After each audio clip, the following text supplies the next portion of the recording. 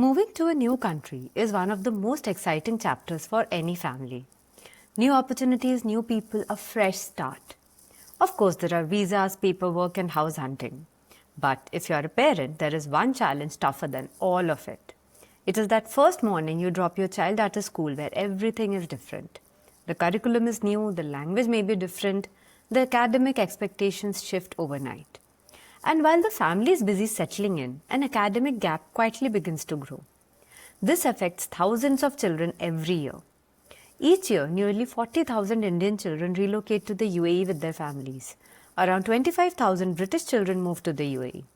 Nearly 15,000 American children relocate to Singapore. A child who is thriving in Mumbai or London suddenly feels lost in a classroom in Dubai or Singapore. Most families hope it will sort itself out. But my guest today knew hope is not a strategy. Alifia Noor is the co-founder of Al Hira Global Institute. She and her team helps expat students aged 6 to 16 navigate curriculum transitions across countries. Together with her sister Arifa Noor, she brings over 10 years of teaching experience and has supported more than 550 students across the Indian and British curricula. Alifia, welcome to Investigating Interesting Minds. Hi Anvesha, thank you for having me here. How are you doing today? I am good. How are you? I am good too. Okay, so I have read a lot about, Al Hira Global Institute, Al Hira Coaching Institute. I've been following you and your sister on social media also. So the first thing I'd like to talk about is, you are just in your 20s and you have already touched the lives of more than 500 students as an educator. That's not a small number. So how does it feel to look back at that? When we started it in 2016, it was, we did it for a side hustle. We were in our late teens, so teenage requirements, pocket money needs. It was kind of sort of to be independent. And in that year, I graduated my high school. I was one of the state toppers. Oh. So I already won the trust of parents there. So along the journey, we finished our university, we did post-graduation. It was not main thing until we realized the kind of impact it is having on the student. While growing up, I always had this in mind that I want to be in a kind of service that creates an impact in the society that touch the lives of people. And when parents come to us, they tell us that now their child feel more confident. The child is now able to participate in various Olympiads, and when initially they used to have doubts even with the basic concepts. So along the journey we realized that somewhere we are contributing in their academic lives that is shaping their future. This realization made us say that this is the work, let's do it. So, okay, so for someone who is meeting you for the first time, how would you introduce yourself and your work? I am Alifia Noor. My sister Arifa and I run Al Hira Global Institute, an academic support for students aged 6 to 16. We provide support to students with the subjects maths and science. Along with this, we help them in developing their critical thinking, logical reasoning, and understanding. Anvesha, we are in a world where the information is free. We have AI at our fingertips. At a tab, we get the solution for quadratic equation or for trigonometry. But for understanding for kids, you need to have somebody who could help them understand the concept. And also, when students move abroad, they find it difficult to adjust with the new curriculum. In a new country, there are new faces, new curriculum, new culture. So when everything is new, it is a kind of overwhelming situation for them to adapt. We took this step to support students in their academic transition.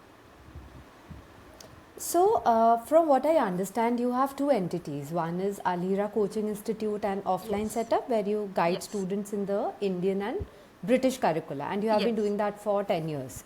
Yes. And now you have Al Hira Global Institute focusing on helping expat students bridge the curriculum gap and do well in their studies.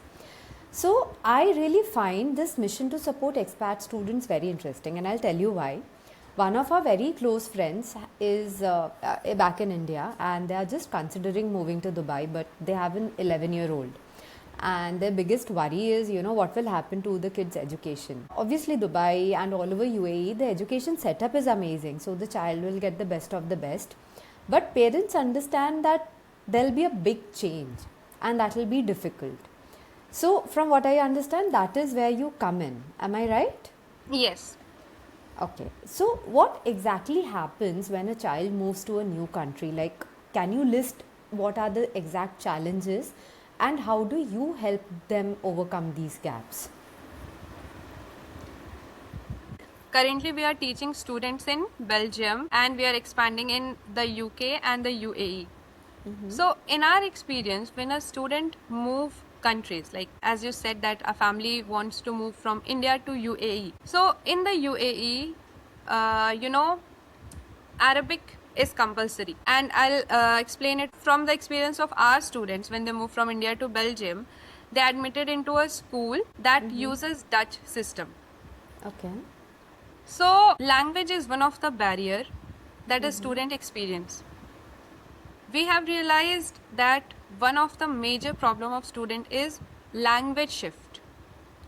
In their home country, they are comfortable with learning in their language, and in a new country, suddenly the language changes and they find it a little challenging to adapt in it. The second problem that we have noticed is the learning style. In the home country, maybe the focus more is on concept learning or learning it in a practical way, and the examination systems are defined, like they have quarterly, half yearly, or annual exams. And when they move to a new country, here the focus more is on speed or maybe on presentation. And here the examination system is rigorous. They have weekly test, monthly test, annual test. So there has been a change in the learning style. Some students adapt to it well and some find it challenging. The third problem we have noticed is the cultural shock. So culture is one of the biggest thing that we have realized that comes in a way of student who is going through a transition. So for the student who is curious, who wants to explore a new culture, merge very well. And this also is an addition to their personality. This helps them in learning new things quickly. But for a student who is a kind of reserved, they find it challenging. They find it challenging in adapting to that culture, learning new things, and this hampers their confidence that may reflect in their performance and maybe later in their grades. So these are the three major problems that we often see in the students. First is language shift, learning style, and culture shock. So how do we support them? So initially, we just give them time to adapt. We support them with the subjects we are good at, like maths and science.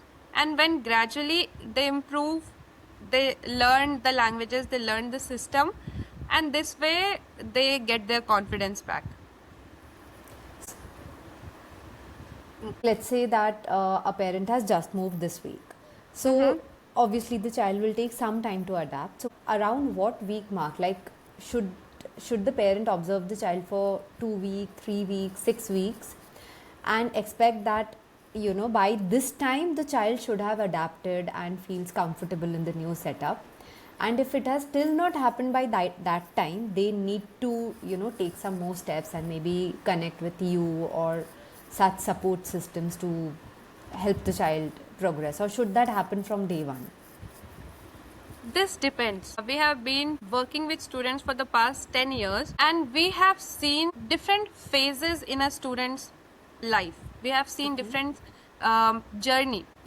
Sometimes a student is comfortable with us from the day one, and sometimes it takes 4 to 5 weeks, even months, or even a semester for them to get comfortable with us. Now when they are moving countries, for a student who is curious, as I said, for a student who want to explore, who want to learn, or maybe for the younger child who is around the ages of 6 or 8, it is easier for them to adjust. because they have just started their life. They don't have much friends. They are not, familiar with the system that runs. But for the elder students, for the students in class, say 8 or 9, that is the year 13, 14, or 15, they have to leave everything behind, their friends, their old school where they are comfortable, where they started their learning, their teachers they are familiar with, they are comfortable with. So the journey is completely different for different students. For parents, it is, of course, they have to observe and they need to give time, they need to be patient with the student. Some students adapt well, sometimes students take time. So I would say that parents need to be patient and they need to observe. And even after a semester, if a student is not able to adapt, then they should seek support. Okay.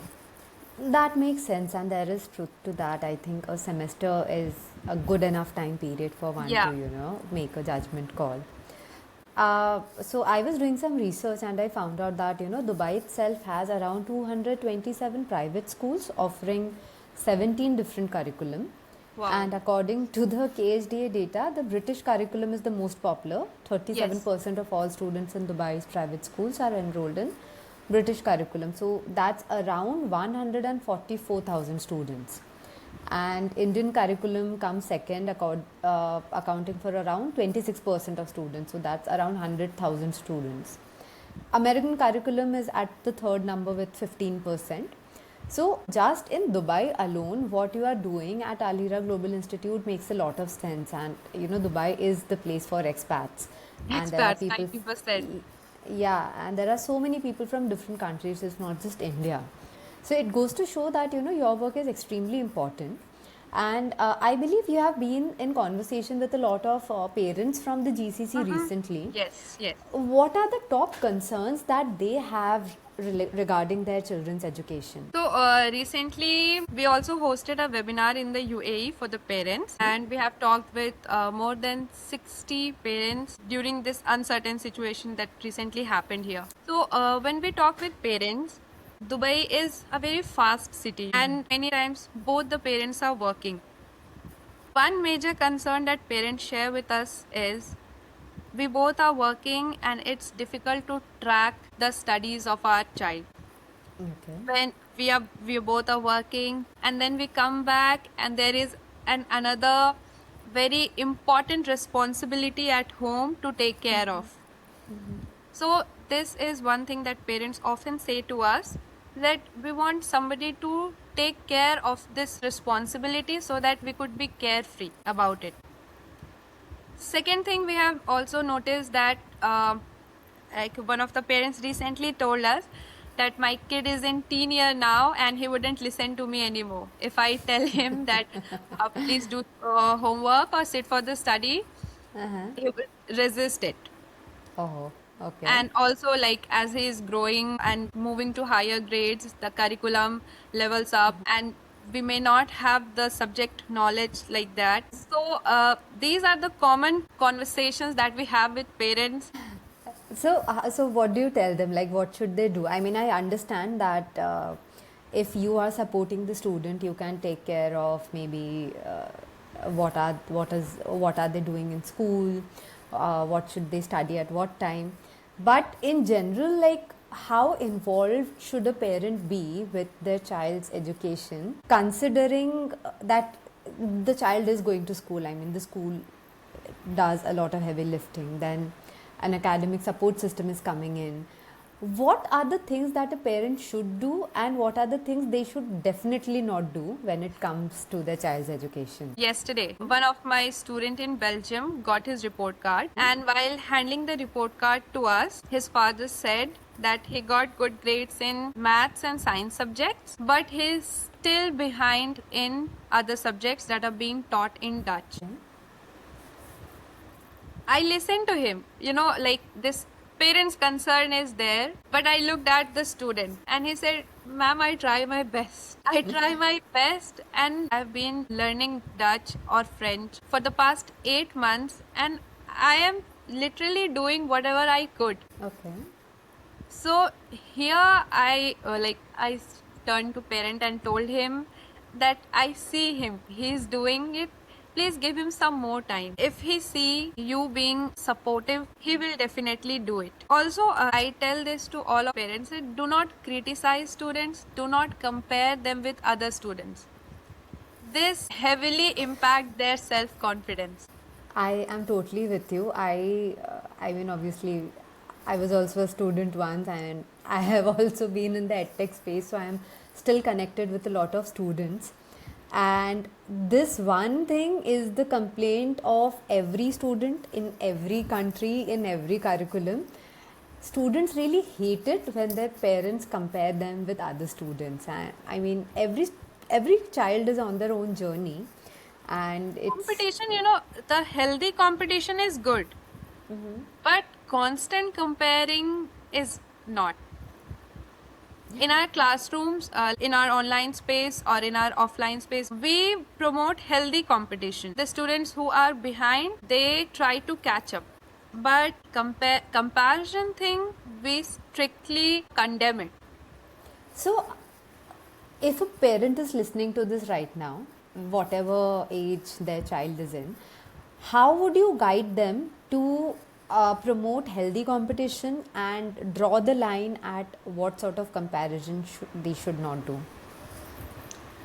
Okay, healthy competition, I'll give you an example. Suppose for standard 6 student, that is year 7 in British curriculum, there is a question of solving LCM in mathematics. We are like, you have 5 minutes, you have to do question number 1, 2, 3 in 5 minutes. Those who are going to finish it in time, they are going to solve it on the whiteboard. And in the online space also, like, we share the screen and the students can use it to solve. So this is a kind of healthy competition. Now every student would want ki let's finish it fast and then we will get to solve it on board. And one thing I've also noticed, they find it very fascinating to use teacher's marker or teacher's board. Yeah, true. So I want to erase the board, I want to write on the board. So this is the kind of healthy competition that we promote in the class. What we criticize is, this student has got 10 on 10 in maths, why can't you do it? We have to draw, if we have to even encourage our student, encourage our children, we can say it like, you can do it, you have come till here, you can go beyond this too. That's a very fascinating way of actually, helping a child understand that they can do better, but we are not saying do better because somebody else is doing better than you. Exactly. It's just that you have the potential to do better as a person. And that is something they should, that's something they will take away as a life lesson rather than just, get more marks in your CBSE board exam or ICSE exam Yes. or whatever board you are in. And we, com- like a lot of students, one of our students recently scored 100 on 100 in maths, and That's the student who interesting. scored 70 on 100. We never do the kind of thing like, everyone please applaud for this student, he scored this marks. We applaud for every student, we cheer every student, so that everybody feel that, okay, in my potential I could have only done this and I have reached here. That's a very nice way that you deal with your students. You mentioned that you have pretty small class sizes. Nowadays, I see everybody, whether it's an offline setup or an online setup, especially in the online setup, they have more students. It was a conscious decision that you made that you will keep small class sizes? See, at school, in a classroom of 30 to 40 students, individual attention span for teacher is difficult. And when we talk about academic support, our goal is not just to teach the student, our goal is to help them empowered. So yes, this was our conscious decision to keep our batches extremely small, not more than 5 students, 5 is our upper bar because we want to attend every individual student's need. And when the size is small, you are able to know the gap that is there in the foundational learning of the student. You are able to fix it better. So that's why, yes, it was our conscious decision to keep the batches size small so that every student feel that if I am not able to do something at the school, if I couldn't understand something at school, or if some student even feel shy to ask question in a group of large classes. If there are 30 to 40 students, students sometimes feel that what if I am wrong, what if I don't sound good, what if I am being judged, and because of this they don't ask questions in the class, and teachers could sometimes assume that the student understood it, he's fine with it and he will do it. So that's why our batches are small, so that every student feel heard, every student feel important, and all of their gaps and all of their needs are met clearly. That's a very good decision, I would say, and I think a lot of parents want this sort of a setup, especially like you said in the classroom. Anyhow, they are studying with so many other kids, and they're not getting that one-to-one attention. Coming to how you teach and what your team and your setup is like, can you tell me specifically which are the boards or the curriculum and which are the subjects that you teach and you support students with? We teach Indian curriculum. In India, we have two curriculum, CBSE and ICSE. Then our focus is on British curriculum. Again, in British, we have Cambridge and Pearson Edexcel. We also support American curriculum and IB. For the offline classes, it's mostly Indian students, and for online, it is across the globe. We support all the students across the globe who need support with maths and science subjects for the students aged 6 to 16. Okay. So there is another question that a lot of parents have, especially when they're changing countries. They ask that, let's say my child was studying in CBSE school in India, and now I'm going to, whether it be Dubai, Belgium, or any other place. Would it be a right time to switch the board also? In India, a lot of entrance exams and everything are CBSE based, so that's why it's a good decision to study in CBSE.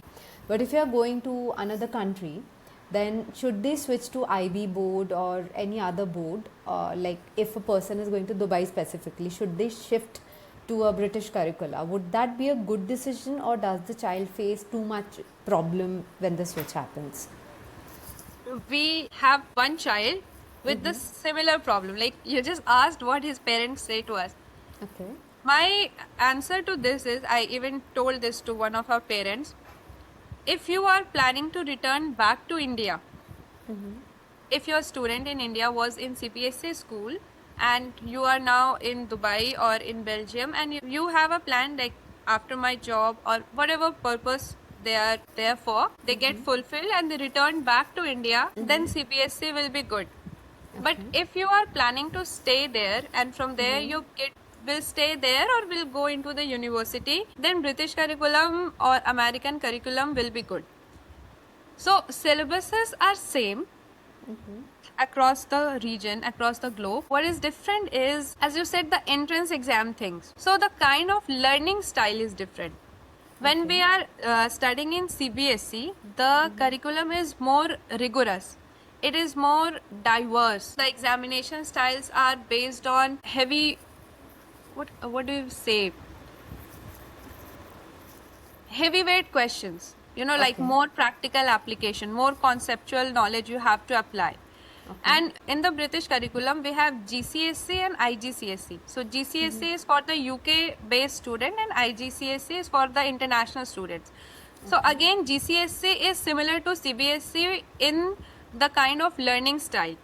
The examination style is more conceptual based, more practical application. Whatever is given in the book, in the textbook, instead of writing it directly, you need to apply or you need to read between the lines to be able to give those exams. But IGCSE is more liberal. I think what you mean is that one may be focusing on rote learning and one could be more on application based. Kind of, yes. Okay. And so if like you are planning to return back to India, give those entrance examinations, or get admitted in the University of India or in the UK, then you must study in the specific curriculum of the country.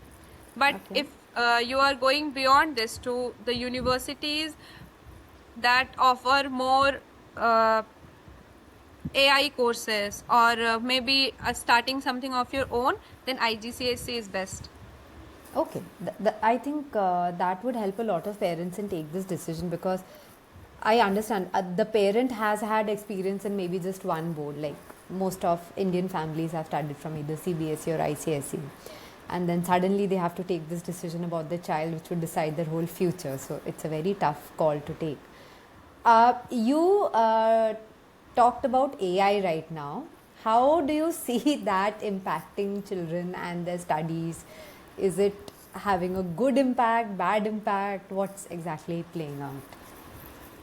AI, if used carefully, is a game changer. But Are again, children actually Yeah. using it? but again, suppose if you have to write an essay, you give a prompt that give me an essay on this topic in a humanized version. That is not good. Here, you are not applying your your imagination or logical thinking. So in this case, AI is kind of disruption to the studies. If So- it is used sensibly, then it is good, but our children don't use it sensibly. They used to get the quick answers. Even as parents, suppose if we don't know a certain concept, we ask AI and give the solution to a student. Maybe just to finish the homework or just to finish the assignment. But if you are not able to understand the concept, you will find it difficult to apply it during the examination or in real life scenario. So in that case, I would not recommend using AI. So I'll give you a very interesting example. The other day I was at one of our friends' house, and he has a young kid. I think just 7 years old he is. So he keeps taking his father's phone and gives instructions to Gemini. But he's a very curious kid, so he was giving instructions like create a chart for a cat family, and he wanted to see you know how cats have evolved and what are the different, you know, like there are panthers, jaguars, and all that. So I saw that the way he was prompting was as good as, you know, people in my team would be prompting. So I was like, this kid is going places. But what it also struck me was that children from a very young age now have access to these tools, right? And let's say when we were small, we would sometimes rebel and say, why are we even solving this maths? The calculator can do it. And then True. the computer came and everything.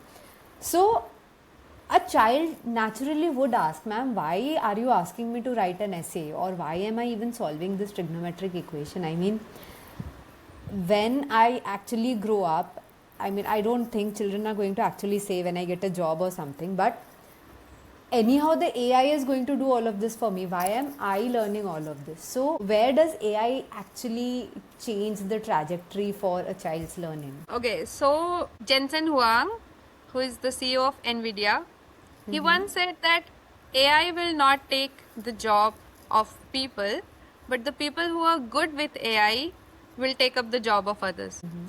One thing that is relevant today may not be relevant tomorrow. Tomorrow you need to have an advanced version of it. Like as you said, in our childhood we didn't have AI, and now we have it. But today the kind of system we have, it may not be relevant tomorrow. True. You agree with it?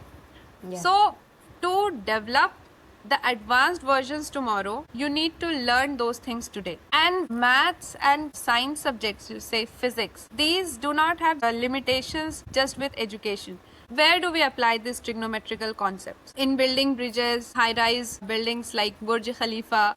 So these trigonometrical concepts apply there. So like tomorrow there will be more advanced system, there will be more advanced buildings. Maybe tomorrow we will not use bricks to make buildings, maybe there will be something else. So in order to learn how to make them, maybe traditional education may not be relevant for the children, but the kind of education which will be relevant, it has to be developed today. Okay, so let's say that there are children who don't have academic support, so they just go to school and they have to submit a homework tomorrow. Examination they will worry about when the exam comes. So every day the child gets a set of homework and he's just using AI to solve it. For the time being, his work is done. He's It submitting is the good. homework Yeah. beautifully, yeah, to the teacher and he's getting marks. How would you convince that child that what he is doing is wrong? Because he would say that, ma'am, when I'm actually growing up, like you said, that to solve a trigonometric equation to create something like Burj Khalifa, anyhow, AI is going to do that. I just have to, in fact, learn how to work with AI rather than learning trigonometry. I should know how to prompt. So, how would you still convince that child that no, you need to actually study these concepts and know them and not be dependent on AI? This is interesting. This is like this is a very valid question. And you are right. Even in our institute, we see students like they come, if we give them some homework, they do it with AI. And if I ask them, like, how you did it, they're like, I just asked ChatGPT. So it's difficult to convince them today that don't use AI to do all of your work. But if they go through certain experience, suppose if the exam arrives and they are not able to apply the concept at school during the examination, then we can help. If we take a test and if they are not able to apply the concept, Okay. then we can make them realize that this is the importance of having your concepts clear. And if you are not able to solve a test paper in front of me, how will you solve it at school? Because for parents, the students have to finish their school education, right? Yes. Even if they have to learn how to prompt AI, they need to have a basic understanding of mathematics and physics. Leave biology, okay? Like they may not want to learn it to run an AI, but mathematics and physics, these are the basics. So this is one way, like how we convince our student. Like we take their test, but for whatever the homework we give them or for whatever the topic we teach them, we take the test and we ask them like if they are able to solve it, good. If they are not able to apply the concept, then why not? What like you were able to do all the homework, then why are you not able to solve this basic test paper? And like we have done it before, we have asked them that if you are not able to solve it, if you are not able to apply the concepts now, how will you be able to do it in the classroom? And we also use a little bit of comparison. Okay. Like all of the students will pass and move to the next grades. Will it be good if you couldn't make it? Okay, so I get it. So it's like for a child and even for parents, who don't have so much time to sit with their kid every day and get their homework or prepare them for exams. So they just give their phones or laptops and say, use ChatGPT or Gemini or Yes. whatever, solve your homework. So that shortcut is good at that time. It feels good at that time, but later on, it actually. It actually, the responsibility of parents. Like they should not be doing this. They should not be applying the shortcuts. It's the responsibility of teachers. It's the responsibility of us to tell the students difference. Like what are the benefits of this and what are the demerits of this. When it is good to use it, when it is not good to use it. So, students learn well when they are given the structure, when they are defined that, okay, these are the things that I can do and these are the things I should not do. And they follow the structure. When you give a firm structure to them with a firm, what do you say, personality, then they follow it. So it is our responsibility in everything, for the screens, for the TikToks, or for the Instagram reels. Yeah, I know. All of these It are is distractions our that are there. responsibility. Yeah. Yes. Like how much screen time is good for you. Just like conventionally we used to say to how much time you should play outside. for this also we need to define that structure. Okay, so I get it that I mean, parents are adults. They should actually guide their children on what to use it Yes. for, what to not use it. And even if for the parent it seems very fun at the moment Convenient. that just let the child use AI to solve the homework, it's best that they don't do it. And I'll just like to add one thing here, that I know that you mentioned that maths and science are very important. But I'd also like to add that for a child, using AI even for languages is not the best thing. Why, I'll tell you, is I like my parents are Bengali. We stayed in Delhi, which was a Hindi speaking place. So I had a lot of languages around me: Bengali, Hindi, English, everything happening. How I got a grasp of all the languages was by reading a lot, by writing a lot. So, Interacting. and interacting. So, if say a child from Delhi to goes to Dubai and he needs to learn Arabic, and if he just uses AI and says, just do my It will essay not for me, do me, happen. yeah, he's I not once going to. I once started learning Spanish using AI. Okay. So unless you have, like, you and me are having a conversation, we are exchanging our thoughts. You are asking me something, I'm explaining something. So it's, like the natural flow of thoughts. Exactly. Or if it's in a structure, like, Duolingo is very good for learning a language because it has created that setup that, you learn these words, then you apply these words, so on and so forth. But if a child is just dependent on AI and says, just do my, what happens later is, because success in your career happens when you are good at talking to people, when you're good at presenting yourself. And if you don't have that grasp over a language, whatever language it is, I'm not saying it has to just be English or Arabic, you have to be good at presenting yourself. If a child is just using AI as a crutch and using it to get through just the homeworks or assignments, and even at PhD level, AI is a big trouble for checking thesis and everything. So that's a whole different debate. And there are apps called Humanize the AI language. Yes, That is the yes. worst thing. So, as a teacher, how do you make sure that the homeworks that your students do and what they're presenting to you is something that they have done and it's not been done by AI? Anvesha, I don't give homeworks to my student Okay, because we are an external support to schools. okay, So the students have a full day at school from 8:30 to 4:30. They come back, they do some of their extracurricular activities, and then they have this academic support from us. If we give them the homework, when are they going to do it? So, whatever work they have to do, they do it in front of us. And for the self study, we just ask them that we assign them that from this exercise to this exercise, you have to learn question and answers, or you have to, suppose, do maths problem, something like that. And tomorrow, when you will come to me, I'll make you do it in front of me again. okay. That makes So, sense. yes, so they are doing it in front of my eyes, and in a group of 5 to 6 students, it is easier to pay individual attention. So, this is what we do. Like, if we also give them homework, then that will be a double burden for them. Our job is to reduce that burden, to take them off from their shoulders and help them perform better. So, this is one way how we help the student. I don't see many teachers say this.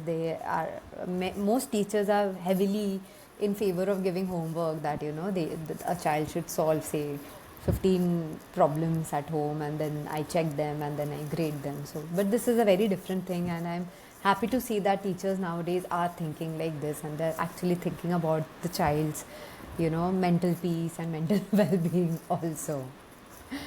Okay, It's very so important. It's very important, in a phase where we are living, as I said, the information is available everywhere. There are too much on screen. There are too much reels on Instagram, on TikTok.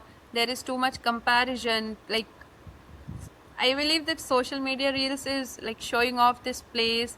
So too much is going on in young minds. They are living in a world where there is constant comparison, not by the parent but by the society. Some young child, some children of 13-year-old is a billionaire now, something like that. So helping them coping their emotional needs is very important today.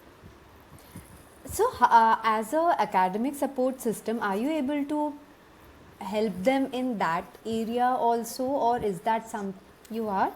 Yes. Okay, So okay, not like we have like separate courses for it, but we help them okay, like during the classes.